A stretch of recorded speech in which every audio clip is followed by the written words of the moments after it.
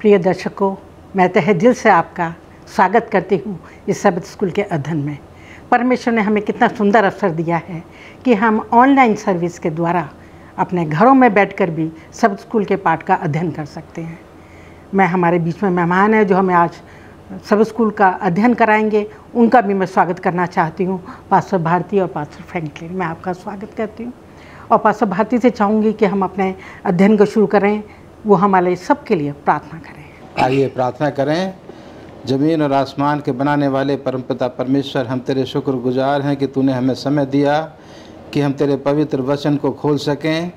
इसलिए परमेश्वर तेरे वचन को खोलने से पहले तेरे पास आते हैं, तुझसे विनती करते हैं कि तू हमें समझ और बुद्धि दे और तेरी पवित्र आत्मा हम तमाम की मदद कर सके कि हम तेरे वचन को अपने जीवन में इस्तेमाल कर सकें और खुदावंद यीशु मसीह के पद चिन्हों पर चल सकें। हम तमाम की अगुवाई कर मसीह यीशु के नाम में मांगते हैं, आमीन।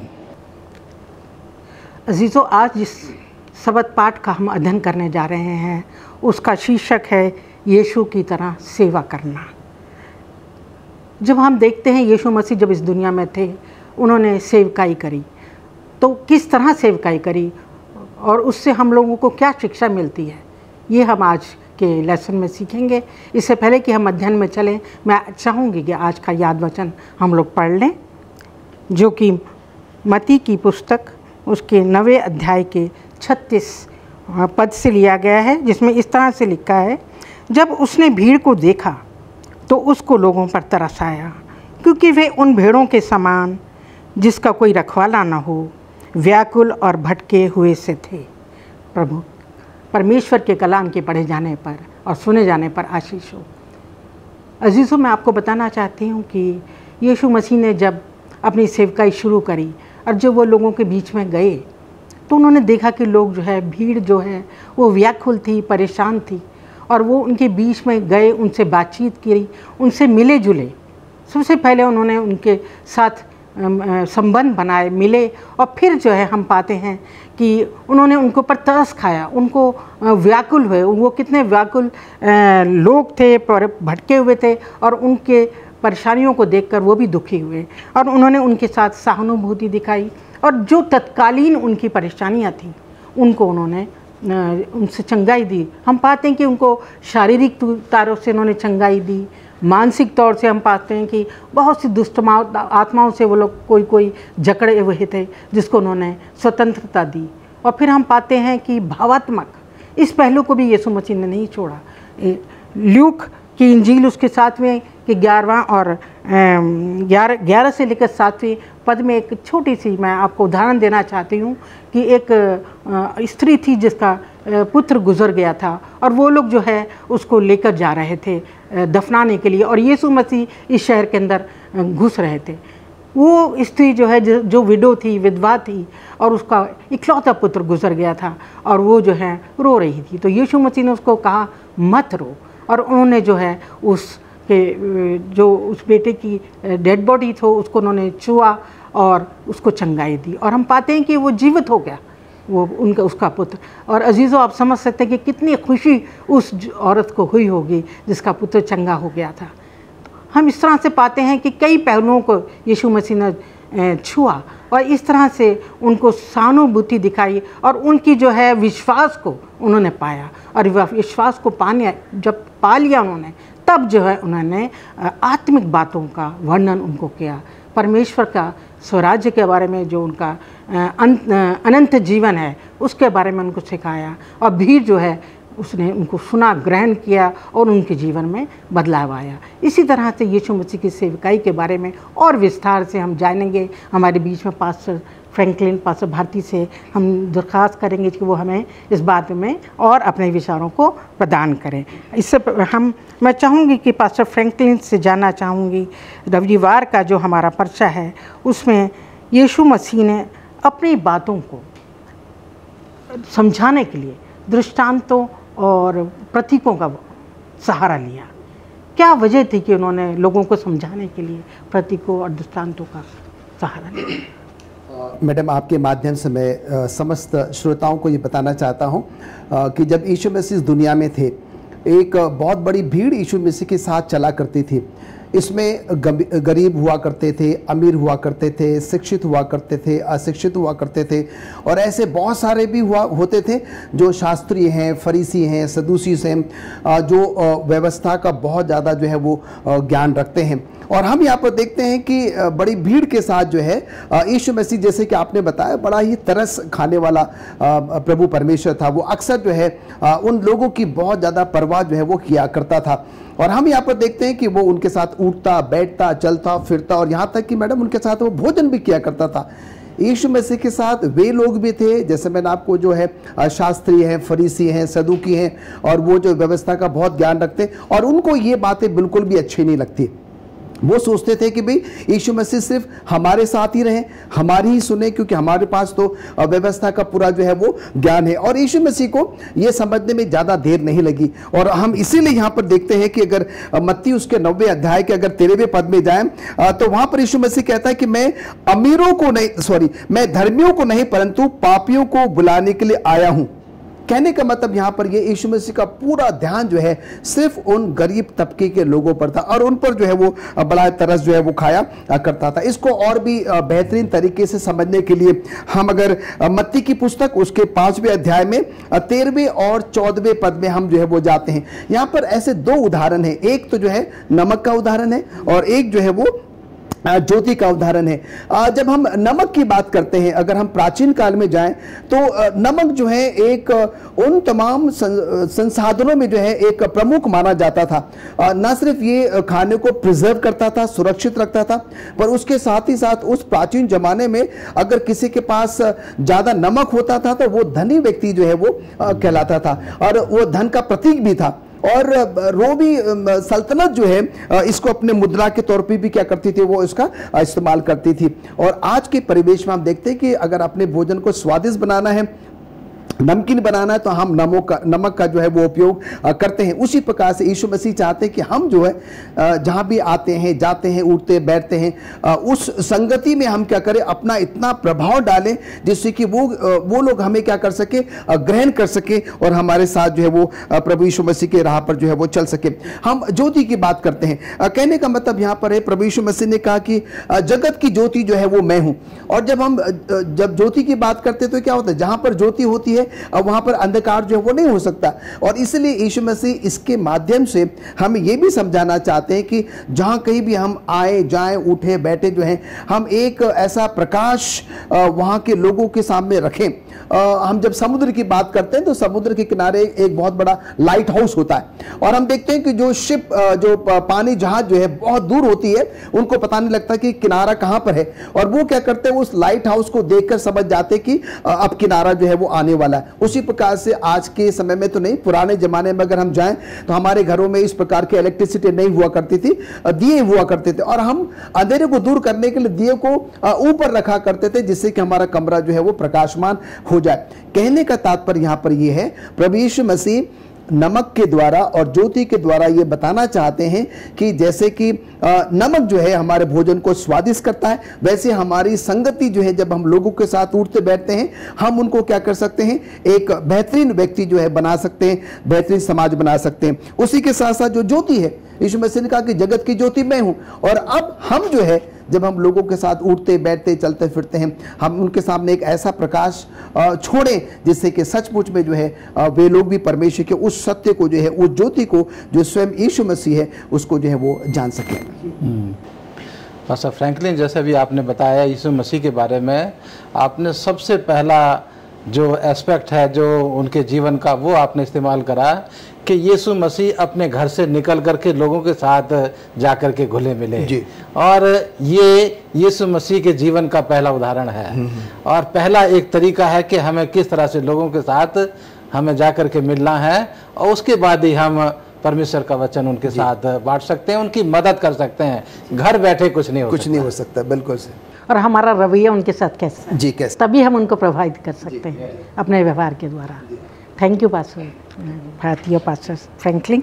आइए हम अपने सोमवार के परिचय में चलते हैं। पास्टर भारतीय, आपके लिए, आपसे मैं जानना चाहूँगी कि लोगों के प्रति यीशु का व्यवहार के बारे में हम सीख रहे हैं कि यीशु मसीह का व्यवहार अपने लोगों के साथ कैसा था। तो यीशु मसीह ने जो अपनी सेवकाई शुरू करी तो उनका जो व्यवहार लोगों के साथ जो वो मिले जुले तो कैसा था? ये हम दूसरे विषय पर आते हैं। यहाँ पर यीशु मसीह के जीवन से दूसरा उदाहरण जो है हम लेने की यहाँ पर कोशिश कर रहे हैं कि यीशु मसीह अपने घर से बाहर निकल करके लोगों के बीच में हैं, लोगों से मिलजुल रहे हैं। और अब हम यहाँ पर पहुँचे हैं कि यीशु मसीह की बातचीत करने का तरीका कैसा है, लोगों के साथ जो है वो किस तरह का व्यवहार कर रहे हैं। और यहाँ बाइबल हमें बताती है कि यीशु मसीह जब लोगों के साथ बातचीत कर रहे हैं तो उनका लहजा, उनकी बातचीत करने का तरीका बहुत प्यार भरा हुआ है जी। बहुत अनुग्रह और प्यार के साथ वो लोगों के साथ पेश आ रहे हैं और बहुत ही हलीमी के साथ वो लोगों के साथ बातचीत कर रहे हैं। और यही जो है हम यहाँ पर पाते हैं कि मत्ती की किताब उसके 8 अध्याय की 5 आयत में भी लिखा है और मरकुस 12 अध्याय 34 आयत में कि उनकी मुलाकात दो लोगों से जो है जब होती है तो यहाँ पर उदाहरण दिया गया है, एक रोमी सूबेदार का और दूसरा यहूदी एक शास्त्री का, कि उनके साथ जब वो बातचीत करते हैं तो बातचीत में करते उनको ऐसा जवाब देते हैं कि उनके दिल को सुन करके बहुत खुश होते हैं। वो जब वो रोमी सूबेदार को जवाब देते हैं तो वो कहते हैं कि मैंने ऐसा विश्वास पूरे इजराइल देश में नहीं पाया, जबकि ये रोम का रहने वाला था। और वो इस उदाहरण को देश जवाब को सुन करके उसका दिल कितना खुश हुआ होगा कि कितनी बड़ी अहमियत वो मुझे दे रहे हैं कि पूरे इजराइल में उनको ऐसा विश्वास नहीं मिला जैसा उस रोमी सूबेदार का है। तो उसका दिल जो है वो गदगद हो जाता है। और दूसरा जो है वो यहूदी उस शास्त्री को वो जवाब देते हैं कि तू जो है परमेश्वर की अनंत जीवन से, उसकी बादशाह से बहुत नजदीक है जी। तो उसको भी सुनकर के खुशी होती है कि भाई मेरा सफर जो है वो अनंत जीवन की तरफ, यीशु मसीह के बादशाह की तरफ मैं बढ़ रहा हूँ और थोड़ी सी दूर पर ही हूँ, तो उसको सुन करके भी खुश होता है। तो यीशु मसीह के बातचीत करने का तरीका ऐसा था कि लोगों को वो बहुत अच्छा लगता था, बातचीत करने का तरीका।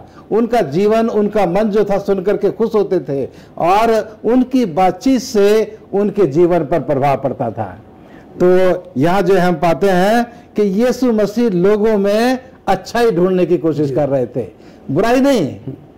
यीशु मसीह जो है जब लोगों के बीच में है तो उनके जीवन से वो अच्छाई ढूंढने की कोशिश कर रहे हैं और अच्छाई में वो उनको और आगे बढ़ाना चाहते हैं। तो यहाँ जो है हम यही पाते हैं कि यीशु मसीह वो दूसरों को निराशा भरे शब्द नहीं बल्कि उत्साह भरे शब्द, उम्मीद भरे हुए शब्द और लोगों को हिम्मत अफजाई के शब्द, लोगों को जो है खुशी के शब्द वो वहाँ पर इस्तेमाल कर रहे हैं और लोग उनको सुन करके जो है वो बहुत खुश हो रहे हैं और वो जो है यीशु मसीह के साथ चलना चाहते हैं। तो ये था यीशु मसीह का लोगों के साथ बातचीत करने का तरीका और उससे उनके जीवन पर प्रभाव पड़ा।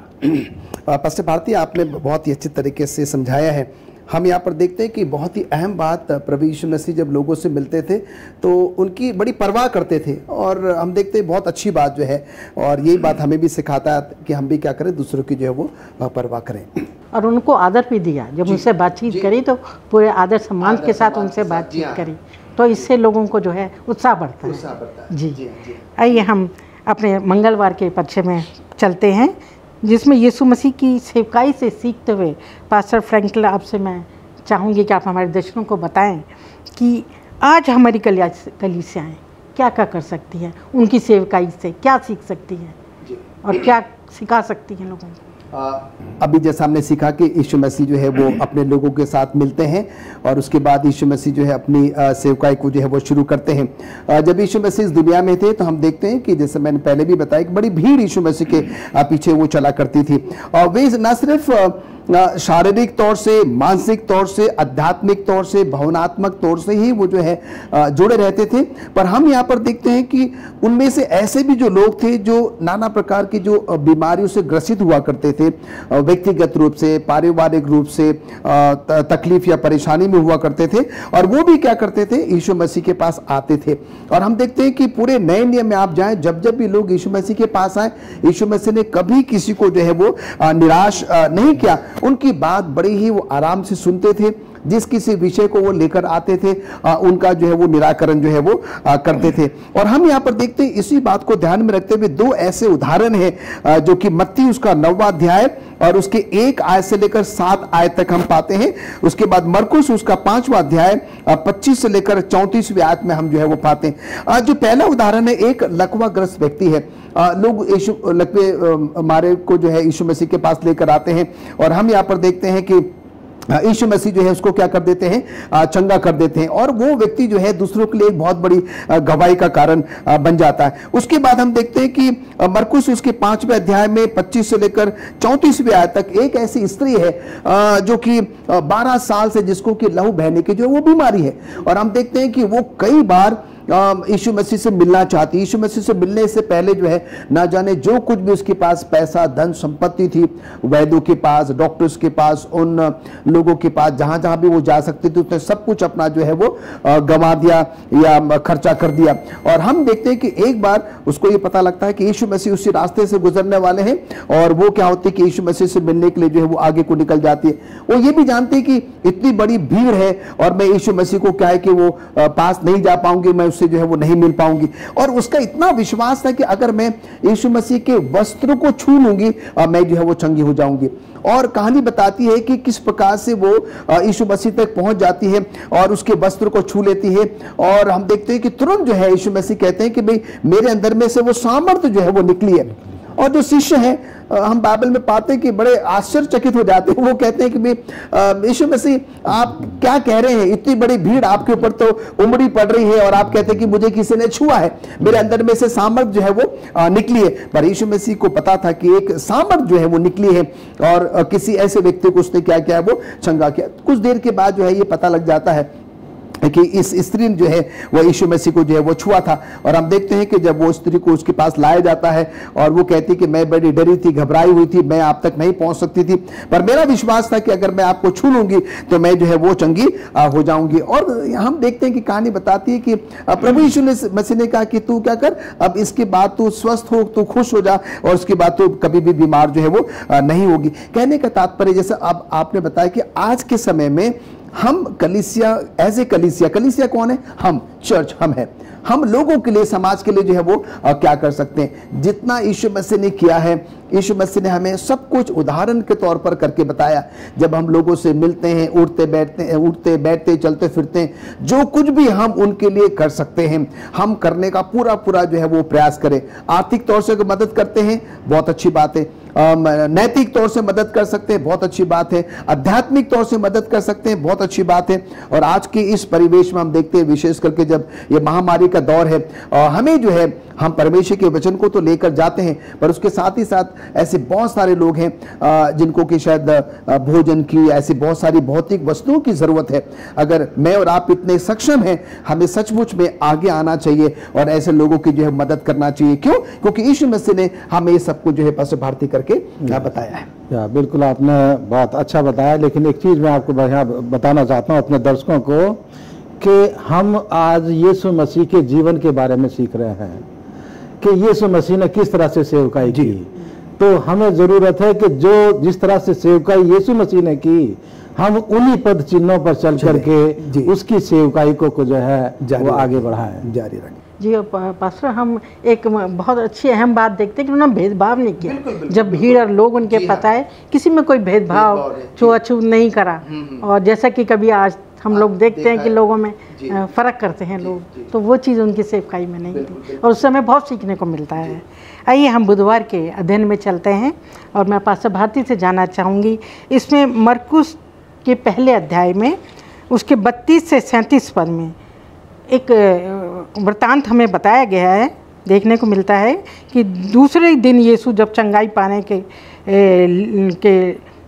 पाने बहुत सी भीड़ जो है उनके पास आई थी पहले दिन भी, पर दूसरे दिन जब वो भीड़ आई तो यीशु मसीह ने जो है उनको चंगा नहीं किया और वो चले गए। तो इसका क्या कारण है कि दूसरे दिन में जो है उन्होंने भीड़ जो लोगों को चंगाई नहीं दी। आपने बिल्कुल सही बताया कि यह मरकुस की किताब उसके पहले अध्याय में ये दिया गया है, घटना दी गई है कि यीशु मसीह जो हैं वो आराधना से निकल करके याकूब और यूहन्ना के साथ, शमौन और अंद्रियास के साथ वो आते हैं और वहाँ जो है वो एक घर में जो है रुकते हैं और समय के शाम के समय बहुत से बीमार लोग जो हैं वो उनके पास आते हैं और उनको वो चंगाई देते हैं और उस चंगाई पाकर के लोग जो है वो चले जाते हैं। शाम हो जाती है, रात हो जाती है, यीशु मसीह जो उस घर में आराम करते हैं। लेकिन ये लोग जो चंगाई प्राप्त करके गए थे वो जाकर के अपने पड़ोसियों को बताते हैं कि देखो उस घर में जो है एक व्यक्ति है जिसका नाम यीशु मसीह है और उसने हमें ये चंगाई दी है। तो दूसरे दिन जब सुबह होती है तो सारे लोग जो है जिन्हों को उनको बताया गया था वो उठ करके जो है उस घर के चारों तरफ आते हैं। लेकिन यीशु मसीह जो है इससे पहले कि सुबह हो वो भोर होते ही उस घर से उठ करके वो चले जाते हैं दूर प्रार्थना करने के लिए।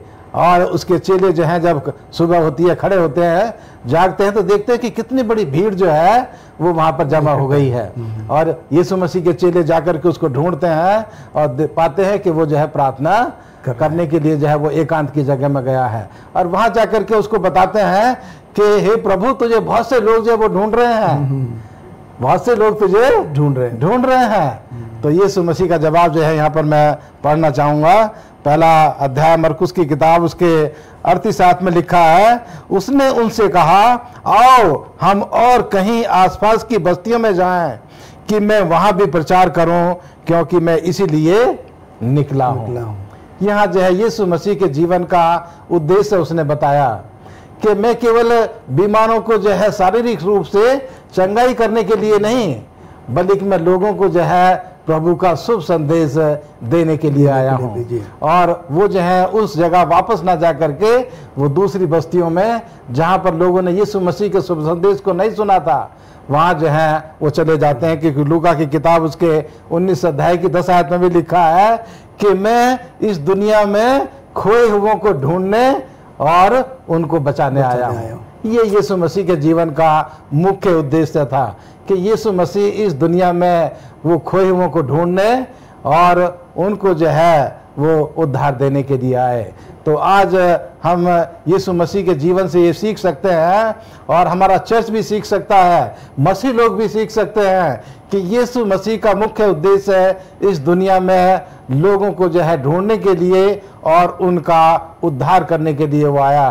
तो आज चर्च का सबसे मुख्य उद्देश्य भी यही होना चाहिए कि हम खोए हुए को लोगों को ढूंढें जो अंधेरे में होकर के अपना जीवन गुजार रहे हैं, जो इस दुनिया में खो गए हैं, उनको मसीह के पास हम जो है ला सकें और वो भी उद्धार के लिए अपने आप को वो तैयार कर सकें। ये मसीह का जीवन का जो उद्देश्य है जो हमें सीखना है। पास्टर भारती, देखिए यीशु मसीह का काम करने का तरीका बहुत ही फर्क था। जब लोग यीशु मसीह के पास आते तो शारीरिक तौर से उनकी वो देखभाल करता, भौतिक तौर से उनकी देखभाल करता और जैसे आपने अंत में बताया कि वो आध्यात्मिक तौर से भी क्या करता था, वो अपने उपदेश के जिस कारण वो आया था उसको भी वो क्या कर रहा है, वो पूरा कर रहा है। बिल्कुल आपने जो है सही बताया कि यीशु मसीह ने जितने भी चमत्कार किए, जितनी भी चंगाई की, जितने भी भूत प्रेत करने वालों से छुटकारा दिया, इन सब के पीछे एक मुख्य उद्देश्य था कि वो लोग जो हैं इन सब बीमारियों से छुट करके वो आत्मिक चंगाई प्राप्त करें और अपने जीवन को मसीह यीशु के घर के लिए, अनंत जीवन के लिए तैयार करें। बिल्कुल बिल्कुल, शुक्रिया अदा देती हूँ पास्टर भारती, पास्टर फ्रैंकलिन, आपका भी इतने अच्छे आपने बताया, हमें समझाया। आइए हम गुरुवार के अध्ययन में चलते हैं और जिसमें हम कुछ दृष्टांतों के विषय में हम सीखते हैं। पास्टर फ्रैंकलिन, 3 दृष्टांतों का वर्णन है मत्ती 25 में, परंतु मैं चाहूँगी आप जो 10 कुंवारियों का जो दृष्टांत है उसके विषय में आप हमें समझाएं, हमारे दर्शकों को। आपके माध्यम से मैं तमाम दर्शकों को ये बताना चाहता हूँ, इससे पहले कि हम मत्ती 25 में जाएं, मत्ती 24 में जो है वो तमाम घटनाओं के बारे में वर्णन है जो कि यीशु मसीह की दोबारा आने के पहले जो है वो घटेंगी, जिसको कि हम जो है वो बहुत अच्छी तरीके से जो है वो जानते हैं। मत्ती 25 में जो है वो 10 कुंवारियों का वर्णन है और हम यहाँ पर देखते हैं कि अगर थोड़ा गहराई से आप सोचें तो ये दृष्टांत में कुंवारियाँ ही क्यों ली गई है। इसमें वो स्त्रियां जो है वो शादीशुदा नहीं है, तलाकशुदा नहीं है, या कुछ ऐसे गलत काम करने वाली स्त्रियां जो है वो नहीं है। तो यहाँ पर 10 कुंवारियों का मतलब होता है कुंवारापन जो है वो पवित्रता को दर्शाता है। और हम यहाँ पर देखते हैं क्योंकि ये 10 कुंवारियां जो है वो दुल्हन के तौर पर है, तैयार हो रही हैं और उनको पता है कि उन्हें क्या करना है, दूल्हे से जो है वो मिलना है। और इसके साथ ही साथ हम यहाँ पर देखते हैं कि ये जो 10 कुंवारियां हैं, 10 की 10 को जो है वो सब कुछ जो है, मशाले 10 को दी गई, तेल 10 को दिया गया, सारी जानकारियां जो है वो 10 की 10 को जो है वो दी गई। पर हम यहाँ पर देखते हैं इस दृष्टांत में कि उसमें से 5 तो समझदार हैं और 5 जो है वो मूर्ख हैं। तो यहाँ पर जो है मत्ती 24 के द्वारा प्रभु यीशु मसीह परमेश्वर हमें समझाना चाहते हैं कि कैसे जो है अंत के दिनों में क्या है, हम सबको परमेश्वर का वचन मिला हुआ, पर क्या हम 5 उन मूर्खों के समान हो जाते हैं या फिर हम 5 जो है वो समझदारों के समान जो है वो हो जाते हैं। और हम देखते हैं कि मध्य रात्रि का समय था, हालांकि ये बहुत ही कम ऐसा होता है कि मध्य रात्रि का समय जो है वो चुना जाता है। यहाँ पर परमेश्वर का वचन हमें समझाने की कोशिश कर रहा है कि प्रभु यीशु मसीह कभी भी आ सकते हैं। उन 10 कुंवारियों को जो है सब कुछ तो बताया गया था, पर दूल्हे के आने के बारे में नहीं बताया गया था कि दूल्हा कब आएगा।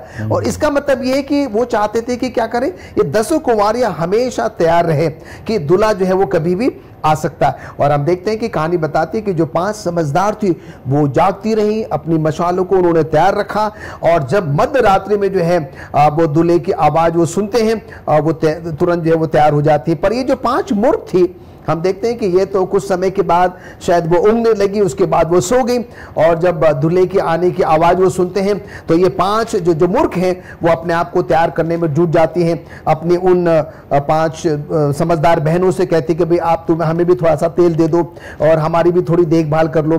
तो उन्होंने उस बात से मना कर दिया और तुरंत फिर ये अपने गाँव में, कस्बों में जाती हैं तेल लेने के लिए। और हम कहानी को जो है वो जानते हैं। और ये जो 5 तैयार थी वो दूल्हे के साथ जो है उस विवाह घर में जो है प्रवेश कर जाती है। और ये 5 जो मूर्ख हैं उनको पहुंचते पहुंचते बहुत समय लग जाता है, और जब तक वो पहुंचती हैं वो क्या हो जाता है कि वहां पर वो दरवाजा बंद हो जाता है और उसके बाद वो प्रवेश बिल्कुल भी नहीं कर पाती है। और हम यहाँ पर देखते हैं कि मैं आपके लिए जो चंद आयतें बस जल्दी से पढ़ना चाहूंगा। मत्ती उसका 5वां अध्याय और उसकी जो है वो 31 आयत से लेकर जो है वो चंद आयतें, बहुत अच्छी बात यहाँ पर जो है वो लिखी हुई है। तब राजा अपने दाहिनी ओर वालों से कहेगा, हे मेरे पुत्र के धन्य लोगों, आओ उस राज्य के अधिकारी हो जाओ जो जगत के आदि से तुम्हारे साथ के लिए तैयार किया गया है। क्योंकि मैं भूखा था, तुमने मुझे खाने को दिया, मैं प्यासा था, तुमने मुझे पानी पिलाया, मैं परदेसी था और तुमने मुझे अपने घर में ठहराया, मैं नंगा था और तुमने मुझे कपड़े पहनाए, मैं बीमार था और तुमने मेरी सुधि ली, मैं बंदीगृह में था और तुम मुझसे मिलने आए। तब धर्मी उसको उत्तर देंगे, हे प्रभु, हमने कब तुझे भूखा देखा और खिलाया, या प्यासा देखा और पानी पिलाया? हमने कब तुझे परदेसी देखा और अपने घर में ठहराया, या नंगा देखा तो अपने कपड़े पहनाए? हमने कब तुझे बीमार या बंदीगृह में देखा और तुझसे मिलने आए? तब राजा उन्हें उत्तर देगा, मैं तुमसे सच सच कहता हूं कि तुमने जो मेरे इन छोटे से छोटे भाइयों में से किसी एक के साथ किया वो मेरे साथ किया। यह हम आयतें जो है वो जानते। कहने का मतलब यहाँ पर यह है, प्रभु यीशु मसीह मुझे और आपको समझाना चाहते कि जब हम इस समाज में रहते हैं, कलीसिया के तौर पर जो है, मुझे और आपको यीशु मसीह ने स्वयं वो सब कुछ करके बताया है जो मुझे और आपको आज जो है वो करना है। उसके साथ ही साथ हमें उसकी आमद के लिए जो है वो तैयार रहना है। हमें उन 5 मूर्खों के समान नहीं होना है, पर 5 समझदारों के समान होना है जो कि हमेशा तैयार थी, और दूल्हा आया और उसके साथ उस विवाह घर में प्रवेश हो गई। और वैसे ही जो है, अगर हम अपने आप को तैयार रखेंगे, जब कभी भी यीशु मसीह आ जाए, हम सब के सब तैयार पाए जाएंगे और उसके साथ उस स्वर्गीय घर में हम प्रवेश कर सकेंगे। ये बहुत ही अच्छा उदाहरण जो है मत्ती की किताब उसके 25 अध्याय में दिया गया है कि हम तमाम को मसीह यीशु के लिए आने के लिए तैयार है ना, क्योंकि हम में से कोई नहीं जानता जी, और दुनिया का कोई भी व्यक्ति ये नहीं बता सकता कि यीशु मसीह जो है वो उस दिन आने वाला है। और इस दुनिया का अगर कोई व्यक्ति बताता है तो वो गलत बताता है। बिल्कुल सही है, वो गलती पर है। हमें उसकी बात का विश्वास नहीं करना है। Thank you pastor Franklin, pastor Bharti, इस अच्छे विचारों के लिए। आइए हम अपने शुक्रवार के अध्ययन में चलते हैं, और मैं पास्टर भारती से जानना चाहूँगी कि आप बताएं कि निस्वार्थ सेवा के क्या लाभ होते हैं। ये सवाल जो आपने पूछा है, ये दुनिया के तमाम लोगों के लिए है। ये सवाल केवल मसीह लोगों के लिए नहीं बल्कि दुनिया के तमाम लोग इस पर विचार कर सकते हैं कि निस्वार्थ सेवा जो है उसके क्या लाभ हो सकते हैं या उसके क्या लाभ होते हैं। मैं इसके ऊपर रोशनी डालने से पहले एक बात को बताना चाहता हूँ। एलन जी वाइट की एक किताब है हीलिंग मिनिस्ट्री, उसके पेज नंबर 145 पर यहाँ यह कुछ लिखा है जो मैं बताना चाहता हूँ अपने दर्शकों को कि इस दुनिया में ऐसे बहुत से लोग हैं जो ईश्वर पर भरोसा नहीं करते जी, नास्तिक, और ऐसे भी बहुत से लोग हैं जो किसी इंसान पर भी भरोसा नहीं करते, लेकिन उनके साथ जो है अगर भलाई की जाए और उनकी जो है मदद की जाए तो वो उसको अप्रिशिएट करते हैं, उसको जो है कहते हैं कि हाँ ये व्यक्ति जो है उसने मेरे साथ अच्छा काम किया है। तो इस दुनिया में ऐसे बहुत से लोग हैं कि हम उनकी मदद करके, उनके साथ सहानुभूति दिखा करके हम उनको जो है एक अच्छे रास्ते पर या अच्छे माहौल में जाने के लिए जो है सलाह दे सकते हैं। अपने विचारों से जो है या अपने सुझावों से हम उनकी मदद कर सकते हैं। जैसे कि मैं उदाहरण के तौर पर बताना चाहता हूं कि ऐसा कोई व्यक्ति अगर आपके पास आता है और आप सड़क के किनारे पर खड़े हैं और आपसे आकर के वो व्यक्ति, क्योंकि आप नहीं जानते वो व्यक्ति कहता है कैसा है, और वो आकर के आपसे पूछता है कि मैं जो हूँ वो उस जगह जाना चाहता हूँ, ये मेरे पास एड्रेस है, क्या आप मुझे बता सकते हैं? तो अब ये आपका फर्ज बनता है या आपका दिल क्या गवाही देता है कि आप किस तरह से उसकी मदद करें। आप ये भी कह सकते हैं कि आप जो है सीधे जाइए, राइट को आप मुड़िए और सामने जो कोठी है या घर है या ऑफिस है वहाँ ये आपका एड्रेस है। लेकिन अगर आप एक कदम आगे बढ़कर उसको कहते हैं कि आइए आप मेरे साथ चलिए थोड़ी दूर, और उस मोड़ पर जाकर के आप इशारा करके बता सकते हैं कि वो जो पेड़ जो खड़ा है वो आपका एड्रेस है, तो मैं आपको बताना चाहता हूं कि वो आदमी आपको जो है वो बहुत आपका शुक्रिया अदा करेगा और आपको अप्रिशिएट करेगा। तो ये है निस्वार्थ सेवा। आपका उसमें कोई स्वार्थ नहीं है, लेकिन ये आपके जीवन के ऊपर निर्भर करता है कि आप कितना आगे बढ़कर लोगों की जो है वो मदद करने के लिए तैयार हैं। तो यहाँ मैं बताना चाहता हूँ कि निस्वार्थ सेवा जो है वो लोगों के दिलों को खोलती है। जब आप लोगों के साथ निस्वार्थ होकर के उनकी अगुवाई करते हैं, उनके साथ भलाई करते हैं या उनकी मदद करते हैं, तो उनके दिल में जो है आपके लिए जगह हो जाती है। और दूसरा कि आप ये जो सेवा कर रहे हैं वो किसी भेदभाव के साथ नहीं बल्कि निष्पक्ष होकर के आप लोगों की मदद कर रहे हैं। तो ये जो है निस्वार्थ सेवा पक्षपात को भी जो है वो खत्म करती है। तीसरी चीज मैं बताना चाहता हूं कि निस्वार्थ सेवा जो है इसके बाद वो लोगों के दिलों को तैयार करती है शुभ संदेश को सुनाने के लिए। जब आप जो हैं आप लोगों की सेवा कर रहे हैं, उनके दिल खुल रहे हैं और लोग आपको देख रहे हैं कि ये व्यक्ति निस्वार्थ होकर के सेवा कर रहा है, तो वो जब आप उनको परमेश्वर का वचन देंगे तो उसको भी सुनने के लिए वो तैयार होंगे। तो निस्वार्थ सेवा एक मसीह जीवन का निचोड़ है कि हमें इस दुनिया में रहते हुए किसी भी भेदभाव के नहीं बल्कि किसी भी चीज को अपने दिमाग में रखते हुए नहीं, हमें लोगों की मदद करनी है और उनके लिए जो है हमें रास्ता तैयार करना है। यीशु मसीह ने तो स्वयं करके सब कुछ दिखाया है और हम सबों के लिए बहुत ही अच्छी बात है। जब कभी भी हम किसी के लिए कुछ करना चाहते हैं, परमेश्वर ने हमें इस लायक बनाया है कि हम किसी के लिए कुछ कर सकें। और हम देखते हैं कि बाइबल भी कहती है कि पहुनाई करना जो है वो कदापि ना भूलना। परमेश्वर ने अगर हमें इस लायक बनाया, जो कुछ भी हम लोगों के लिए कर सकते हैं निस्वार्थ जो है। और स्वार्थ में तो अगर हम करें तो उसका कोई लाभ नहीं होगा। निस्वार्थ अगर हम करेंगे तो सचमुच में वो व्यक्ति भी खुश होगा और वो हमें आशीर्वादित करेगा, उसके साथ ही साथ परमेश्वर भी जो है वो बहुत खुश होगा। बहुत अच्छी बात है। Thank you pastor Bharti, pastor Franklin.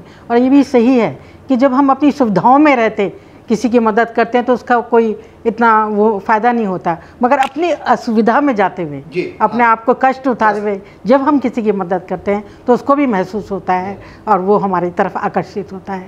तो पास्टर मैं ये देखती हूँ कि जो है यीशु मसीह की सेवकाई हमारे लिए सबसे बेहतरीन नमूना है जो यीशु मसीह ने सेवकाई की। अजीज़ों, हमें भी अपनी कलीसिया में हम इस सेवकाई के ज़रिए बहुत कुछ सीख सकते हैं कि हमें लोगों से मिलना है, जुलना है, उनसे बहुत प्रेम पूर्ण संबंध बनाने हैं। जब उनसे अच्छे संबंध बनाएंगे, उनके साथ हम सहानुभूति दिखाएंगे, उनकी मदद करेंगे किसी कष्ट के समय, तो वो जो है हमारे नज़दीक आएंगे और उनका हमारा एक अच्छा संबंध बन जाएगा। और फिर जब हमारा एक अच्छा संबंध बन जाएगा तो तब हम उनको परमेश्वर के आत्मिक बातों के विषय में ज्ञान दे सकते हैं जो हमारे को परमेश्वर ने कार्य दिया है। तो यही बातों को मैं रखते हुए, यीशु मसीह की सेवकाई को ध्यान में रखते हुए अपनी कलीसिया को सिखाते रहें, बताते रहें लोगों को, और अपने कार्य जो परमेश्वर ने हम लोगों को दिए हैं आत्मिक उद्धार के, लोगों को सिखाने के और लोगों को परमेश्वर का मित्र बनाने के, वो हम लोग अपने करते रहें। दर्शकों, मैं आप सबको, हम सब आशीष मिले परमेश्वर के द्वारा। और पास्टर भारती, आप पास्टर फ्रैंक के, आपका भी मैं धन्यवाद देती हूँ अच्छे विचारों के लिए। और इस लेसन को हम ख़त्म करेंगे और मैं चाहूँगी कि पास्टर फ्रैंकलिन हम सब के लिए प्रार्थना करें। आइए हम प्रार्थना करें। स्वर्गीय पिता परमेश्वर, हम धन्यवाद देते हैं आज के पवित्र शब्द के लिए और आज के अच्छे सबद स्कूल पाठ अध्ययन के लिए। और प्रभु, जो कुछ भी आज हमने सीखा है, हमारी मदद करें कि हम सिर्फ उसको सुनने वाले नहीं पर सचमुच में प्रभु अपने जीवनों में उसको उतारने वाले बन सके। प्रभु, आप हमारा सबसे अच्छा नमूना है, आपने हमें वो सब कुछ करके बताया है और आज आप चाहते हैं कि हम अपने लोगों के साथ प्रभु वैसा ही करें जैसा आपने हमको करके बताया। विशेष करके प्रभु, हम आपसे विनती करते हैं कि हमारे द्वारा एक निस्वार्थ सेवा प्रभु टहल की जाए। जो कुछ हमने सेहत में पाया है प्रभु, हम लोगों को सेहत में दे। इस जीवन के लिए प्रभु हम आपका धन्यवाद देते हैं कि आपने हमें इस लायक बनाया है कि हम आपके संदेश को लोगों तक पहुंचा सकते हैं। जिस किसी माध्यम से प्रभु हमारी मदद करें कि हमेशा हम आपके बेटे यीशु मसीह की आमद के लिए तैयार रहें, औरों को भी प्रभु तैयार करें, जिससे कि जब आपका बेटा यीशु मसीह आए वो हम सबों को तैयार पाए और हम सबों को प्रभु अपने साथ उस स्वर्गीय घर में लेकर जा सकें। धन्यवाद देते हैं कि आपने हमारी प्रार्थनाओं को सुना है। प्रभु यीशु मसीह के नाम से मांगते हैं, आमीन। आमीन।